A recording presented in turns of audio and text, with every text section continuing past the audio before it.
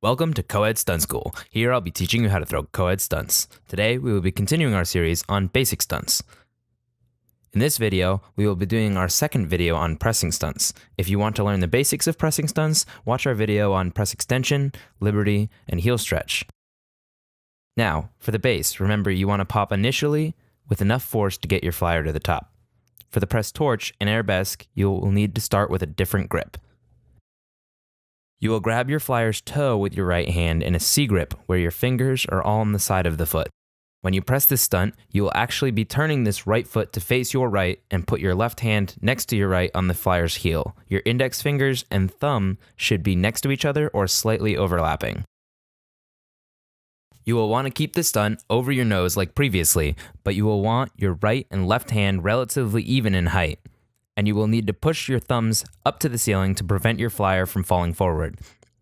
When popping off, make sure to push evenly through both hands. For the flyer, you will want to lift up while your base turns your foot. Traditionally, both of these skills are pressed to what we would call a platform before you pull the skill. This is where both feet are together, though only one bears weight. For a torch, once you are balanced on your right foot, you will pull your left leg into a lib position while you turn your upper body back to the front and hit a high V. For an arabesque, you will need to bring your left leg back trying to get it parallel to the ground. You will bring your upper body slightly forward and want to keep your chest up. Hit a T motion and turn to face the front. For the pop-off, wait for your base and ride the pop, turning to the front as you do.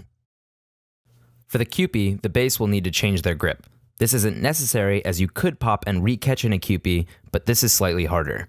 You want to adjust your grip after you get to hands level to put your ring finger on your flyer's heel and pinky on the outside.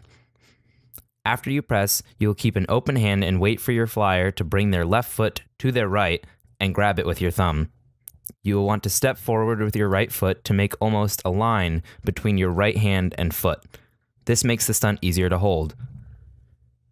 While holding the stunt, try to hold your palm as flat as possible. Your left arm placement is dependent on where you stunt. What your coach or teammates tell you dictates whether you put your arm out in a high V or on your hip. When popping off, get a good dip with your legs while squeezing everything up. Catching is the same. For the flyer, you will want to pull both of your feet to the middle and squeeze up. In this skill, you should try to prevent dropping your toes forward, as this skill is harder for the base to balance as they can only use one arm and shoulder. Popping off is the same. As safety is our top priority, you should always have a spotter when learning any new skill. This is someone who will help the base catch the flyer if anything goes wrong. You should always have a spotter on any basic skill until you can do that skill without any risk of a bad fall. For any feedback, it can be very helpful to attend a stunt class at a local gym, attend a stunt clinic for a Coed team, or do stunt privates with anyone local that has some decent experience with Coed stunting. If none of these are an option for you, we would be happy to try and give you some feedback. Just send us a video of your stunting on YouTube, to our Instagram page at Coed Stunt School, or our Facebook page. If you like today's video and want to see more videos on learning how to stunt, make sure to hit that subscribe button and bell, and always remember to hit your stunts.